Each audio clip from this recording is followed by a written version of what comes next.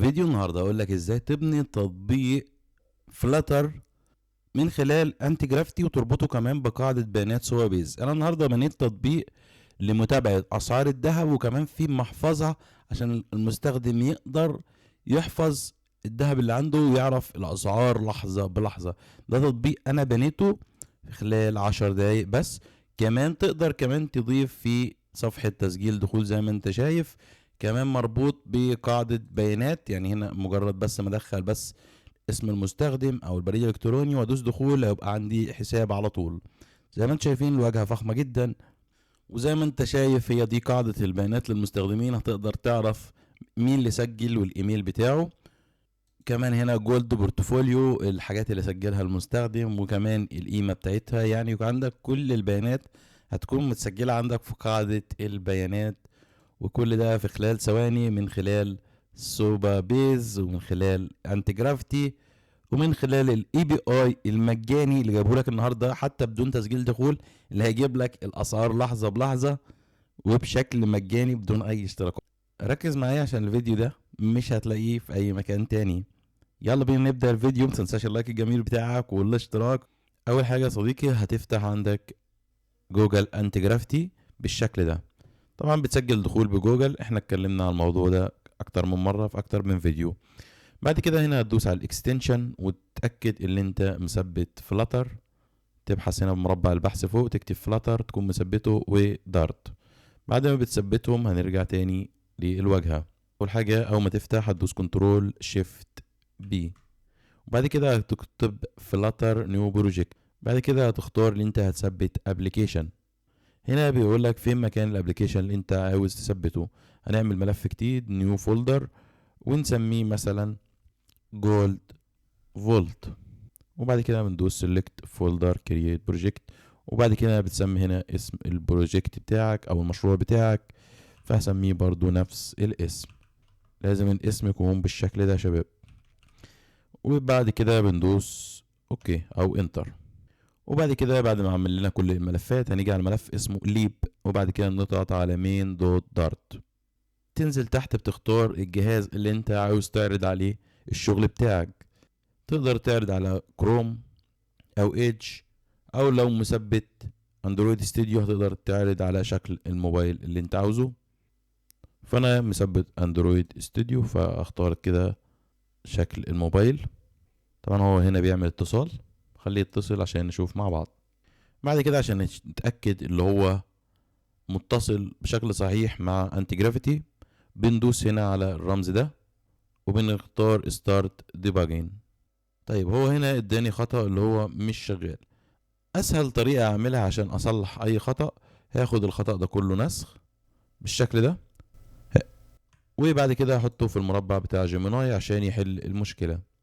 هو كمان مش هيصلح لك الخطأ، هو كمان هيشرح لك الخطأ ايه مشكلته قبل ما يحل لك المشكلة. طبعا هنا حل المشكلة يا شباب زي ما انتم شايفين قال لي تم حل المشكلة، ان بيقول لي ان الجافا ما كانتش متوافقة مع شيء تاني جوه التطبيق، يا تحدثها يا اما تقلل رقم الاصدار. فهو عمل كل حاجة بشكل تلقائي، انا ما عملتش اي حاجة وانتظرت لحد ما ثبت وخلاص. كده هنجرب مرة تانية وندوس ران اند باجن. زي ما انتم شايفين هنا اشتغل بشكل صحيح ويعرض عندي كل شيء. هبدأ امسح ده بقى خلاص كده مش محتاجه المين دارت، وهدوس فايل وبعد كده سيف. دلوقتي هنتكلم على الميزة المرعبة. زمان كنا بندخل على موقع قاعدة البيانات زي سوبا بيز ونعمل الجداول يدويا، لكن دلوقتي كل حاجة بقت بشكل اوتوماتيك من خلال جوجل انتي جرافتي. اول حاجة بتدوس على الثلاث نقاط اللي فوق دول، بعد كده بتختار حاجة اسمها ام سي بي سيرفرز. تختار لك هنا هتلاقي بقى كل حاجة ممكن تقدر تعمل معاها تكامل مع الانتي جرافيتي. عندك سترايب للمدفوعات، عندك باي بيل، واكتب سوبا بيز هيطلع لنا نتيجة البحث دي. هضغط عليها بالشكل ده، نصغر كده ونختار هنا حاجة اسمها انستول عشان نعمل لها تثبيت. هنا بيقول لك جيب لي سوبا بيز توكن، هندوس على السهم الصغير ده هتفتح لنا صفحة سوبا بيز ونجيب منها التوكن. لكن الاول خلينا نعمل مشروع عشان انا كده كده عندي مشروع، فاضغط على الصفحة الرئيسية لسوبا بيز وبعد كده هنا بتختار نيو بروجكت مشروع جديد. هنا بتسمي اسم المشروع بتاعك زي ما انت عاوز. طبعا انا في الخطة الفري. هنا هبدأ اختار اسم المشروع، وليكن هختار اسمه جولد فولت، نفس اسم المشروع اللي انا او البرنامج اللي انا عاوز اعمله. هتختار هنا باسورد، تختار اي باسورد. بعد كده هنا بتختار create new project. بعد ما عملت new project هدوس هنا generate new token. بعد كده بتسمي المشروع بتاعك زي ما انت عاوز، وبتختار هنا صلاحية التوكن اللي انت عاوز تعمله. طبعا لو مش عاوزه يتحذف بتخليه نيفر، ممكن تخليه ساعة 30 يوم زي ما انت عاوز. بتاخد التوكن ده كوبي، نرجع تاني على جوجل انتي جرافتي وبنحط الاكسس توكن هنا بالشكل ده. بعد كده بتدوس سيف. هننتظر ثواني لحد ما يخلص. طبعا هو هنا خلص يا شباب. هنقفل بقى ده كله. هنيجي هنا بقى نديله البرومت او الامر اللي هيثبت بيه كل المكتبات ويعمل لنا بيه التطبيق بامر واحد بس اول حاجه حابب اتاكد هل فعلا ان هو اتصل بسوا بيز. هساله هنا هل انت متصل بقاعده بيانات سوبا بيز، وهبدا ادوس ارسال. زي ما انت شايف يا عزيزي قال لي نعم انا متصل حاليا بخوادم سوا بيز، واسم المشروع جابهولي والاي دي وكل شيء. كده جميل، فاضل ان نديله البرومت. اهو البرومت يا شباب هسيبه لكم في الملف بتاعه كله عشان تعرفوا تستخدموه. طبعا انا طلبت منه في البرومت ده، قلت له اهلا اريدك ان تتولى دور مهندس برمجه وتصميم تطبيقات محترف عشان تعمل تطبيق لتتبع اسعار الذهب يكون متكامل وفخم جدا، ويتابع اسعار الذهب لحظه بلحظه، وكمان كمان يدير المحفظه الشخصيه بتاعت المستخدم، وكمان صفحه تسجيل دخول. وكمان قلت له انه يضيف مكتبات فخمة زي فلاتر شارت عشان الرسومات البيانية، وكمان فلاتر انيميت، وكل حاجة طلبتها منه. كمان اديته اي بي اي مجاني. الاي بي اي ده مجاني 100%، بيجيب اسعار الذهب لحظة بلحظة، وكمان مش محتاجه لا فيزا ولا محتاج اي شيء. البرومت ده كله هاخده كله كوبي واحطه له هنا. طبعا هنا تقدر تستخدم كلود سونيت 4.6 او كلود اوبس 4.6 او جيميناي فلاش هاي او لو زي ما انت عاوز. فانا خليني في الجيميناي عادي جدا، او ممكن نخلينا في الكلود اول حاجة، وبعد كده هبدأ ادوس ارسال. تقدر كمان هنا تخليه يبني خطة بلان عشان يمشي عليها افضل شيء، وهبدأ ادوس ارسال.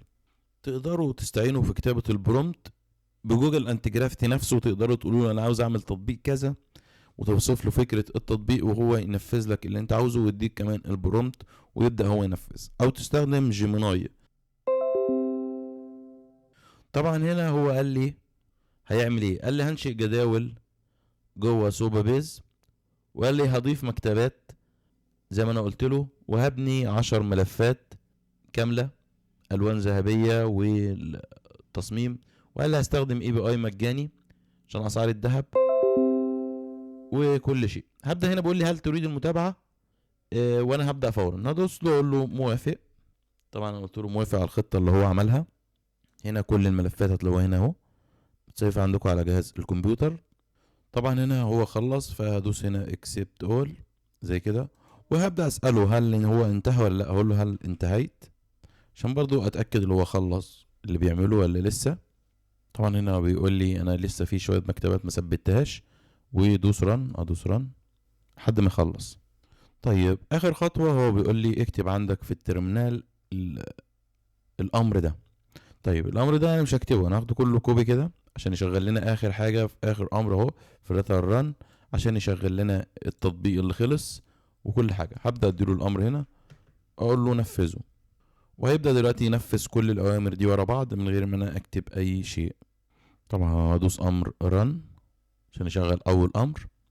طيب هو هنا خلص يا شباب وكل حاجه خلصت. هتدخل هنا على الاكسبلور وتختار مين دوت دارت، وبعد كده هنا بتختار اللي هو الرمز ده ستارت ديباجن عشان يبدأ يشغل لك المحاكي او الجهاز اللي انت متصل عليه. بس هتأكد هنا من تحت بس اللي انا متصل على الجهاز اللي انا عاوز اشوفه. فمثلا اختار اللي هو بيكسل 8، وهرجع تاني ادوس ستارت ديباجن عشان يشغل لي الجهاز. طيب هو هنا خلص يا شباب، وبقى هبجي هنشأ حساب. ادوس سجل حساب. طبعا هنا كل البيانات هتكون حقيقية. ليه؟ لان انا مسجل ببيانات حقيقية. هدوس مثلا اكتب ايميل حقيقي عندي، لان احنا هنا مش بنجرب، احنا خلصنا خلاص يعني هو كده خلص.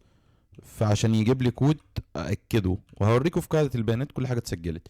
وهبدأ احط هنا باسورد، احط باسورد سهل كده بس ايه مؤقتا لحد بس ما ادوس انشاء حساب. طبعا هنا بيقول لي تم انشاء حساب، تحقق من بريدك الالكتروني لتأكيد الحساب. معقولة يكون بعت ايميل؟ هنشوف دلوقتي. طيب خليني اقول لكم اللي هو هنا الايميل اللي انا سجلته اهو زد 10741. يعني في ايميل متسجل هو في قاعدة البيانات على سوبر بيز. اقدر بقى اضيف مستخدم، احذف مستخدم، اعمل بلوك المستخدم زي ما انا عاوز. هنا بقدر اتحكم هنا في المستخدم اللي انا عاوز احذفه مثلا، او ابعت له الكود او اي حاجه تقدر تحذف مستخدم. طبعا تاريخ الانشاء بتاع المستخدم كل حاجه هنا تلاقيها موجوده. هدخل بقى على الايميل اشوف جالي ايميل ولا لا. هدخل هنا على الجيميل، والله جميل جالي ايميل اهو من سوا بيز. هفتحه، هنا بيقول لي اكد الايميل، كونفيرم ايميل. طيب هو كده الايميل اتاكد عموما. هرجع تاني وهدوس هنا بقى قم بتسجيل الدخول، وهدوس دخول. جامد اهو اشتغل يا شباب معانا التطبيق. وكمان اسعار الذهب لحظه بلحظه هتجيلنا هنا. طبعا والساعه اهي 10:28 دقيقه وقت تسجيل الفيديو. وطبعا هنا الاسعار، هنا في حاجه اسمها محفظتي. طيب انا عاوز اضيف حاجه هنا مثلا. هنا لو دوست هنا في محفظتي واضافه ذهب، اكتب مثلا معايا خاتم او اي شيء، وليكن هكتب خاتم او اي شيء، اي رمز كده بس كده. وهبدا اقول له هنا مثلا الوزن 2 جرام فاصلة 4، والعيار مثلا اقول له عيار 24، وادوس حفظ في المحفظة. طبعا هنا اتحفظ في المحفظة، وهنا اسعار السوق، وهنا محفظتي. اقدر بقى اضيف الذهب اللي انا عاوزه، وهيتحدث معايا لحظة بلحظة باسعار الذهب الحالية. هرجع هنا على قاعدة البيانات واشوف هنا في حاجة اتسجلت ولا لا. تيبل اهو يا شباب، المستخدم اللي هو ده بيقول لي يسجل ذهب 2 جرام بوينت 4 البرنامج. طيب لو التطبيق عجبنا واحنا خلصنا كل شيء وما طلبناش اي تعديل من الاي اي عليه وخلاص احنا كده خلصنا. طيب انا عاوز ابعته لحد من صحابي او ارفعه على المتجر او اي حاجه. أو مش معقول هثبته على جهاز الكمبيوتر بالشكل ده وخلاص. هعمل ده كده، اقفله. بعد كده هتدوس هنا على كلمه التيرمينال، نيو تيرمينال. هبدا اديله الامر ده يا عزيزي. هتكتب بقى ايه؟ فلاتر بيلد اي بي كي، وهبدا ادوس انتر. هيبدأ دلوقتي يبني لي تطبيق اي بي كي عشان اقدر اثبته على اي جهاز تليفون محمول. طب لو عايز ترفعه بقى على متجر بلاي والاف المستخدمين يحملوه كده، جوجل بقت تطلب منك يكون بصيغة AAB. فعشان كده هتكتب امر اسمه flutter build ABB blend. هسيب لكم الاوامر دي كلها عشان تكتبوها. طبعا هو بيبدأ يبني هنا. هدخل هنا بقى على المكان المسار بتاع، ندخل بقى على المسار يا شباب اللي احنا عملنا فيه الملفات كلها هتلاقوها هنا اهي. وهنا للاندرويد هتلاقوا ليه الملفات، وهنا البيلد. تقدر بقى تختار المسارات بتاعتك، اب اوتبوت. هتلاقي الاي بي كي هنا بيتبني لسه اهو. الملف بتاع الاي بي كي خلاص اتبنى تمام. هتلاقوا كل الملفات اللي انتم محتاجينها هنا متسجله على جهازكم الكمبيوتر. طبعا برنامج زي ده عشان تخلي مصمم او شخص يعمله لك هيكلفك كتير جدا وهياخد معاه وقت كتير جدا. انا كل الادوات اللي استخدمتها في الفيديو ده كلها مجانيه. طبعا كل حاجه ليها حدود. فانا صممت البرنامج النهارده ده مجاني، انا ما كلفتش نفسي دولار واحد بس.